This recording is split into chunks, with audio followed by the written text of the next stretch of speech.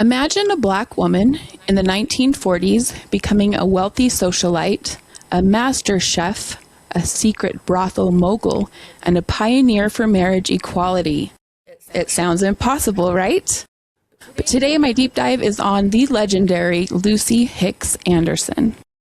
By age 9, she knew exactly who she was, insisting on wearing dresses and going by Lucy. In a rare historical victory, a doctor told her mother let her live as a girl. Her family listened, and Lucy grew up supported and living her truth. In 1920, she was an elite socialite who won awards for her baking, hosted lavish dinner parties, and donated heavily to charity. Lucy also had a hustle. She owned and operated the most profitable boarding house, speakeasy, and brothel in the county. She built a financial empire completely on her own terms. Predictably, the patriarchal system tried to take her down, and in 1945, a medical incident led to an official examination. A doctor outed Lucy's anatomy to the police. Because Lucy was happily married to a U.S. soldier named Reuben Anderson, the federal government panicked. They put her on trial for perjury and fraud, claiming she tricked the military into giving her a wife's allotment. Lucy did not break.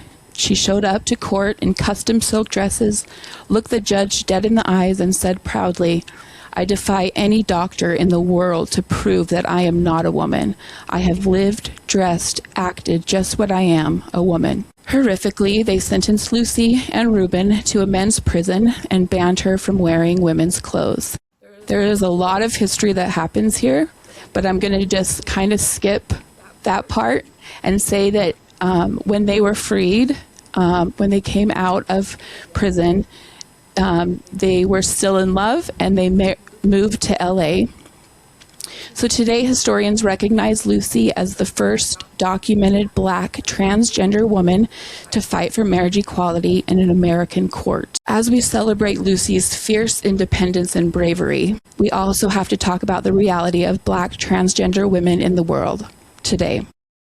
The systems Lucy fought didn't disappear, they evolved. Today, Black trans women are living in a state of absolute crisis. According to tracking from the Human Rights Campaign, an overwhelming 70% of all fatal violence against trans people since 2013 has been directed at Black individuals. Black trans women make up nearly 60% of all recorded victims. They account for a shocking 78% of all trans women murdered in this country. These aren't just numbers. These are daughters, friends, artists, and leaders whose lives are cut short by a toxic mix of anti-Black racism, transphobia, and misogyny. Feminism that ignores the safety and autonomy of Black trans women is not feminism. It's compliance with the patriarchy. Don't just look at history, protect the living. If you are able, go to the website, theleftshow.com. There will be direct links to the Brave Space Alliance and the Marsha P. Johnson Institute. Both of these organizations are on the ground providing aid, housing, safety resources, and they're providing them directly to the Black trans communities. Also, I just want to mention, if someone you know or you need help, we'll also include links to the LGBTQ+ national hotline and the Trevor Project, which is the leading national suicide prevention and crisis intervention organization for LGBTQ+ youth under the age of 25. These resources all have certified counselors available 24/7, so please reach out. You are valued and you are loved. And as the great Marsha P. Johnson famously and bluntly put it, no pride for some of us without liberation for all of us.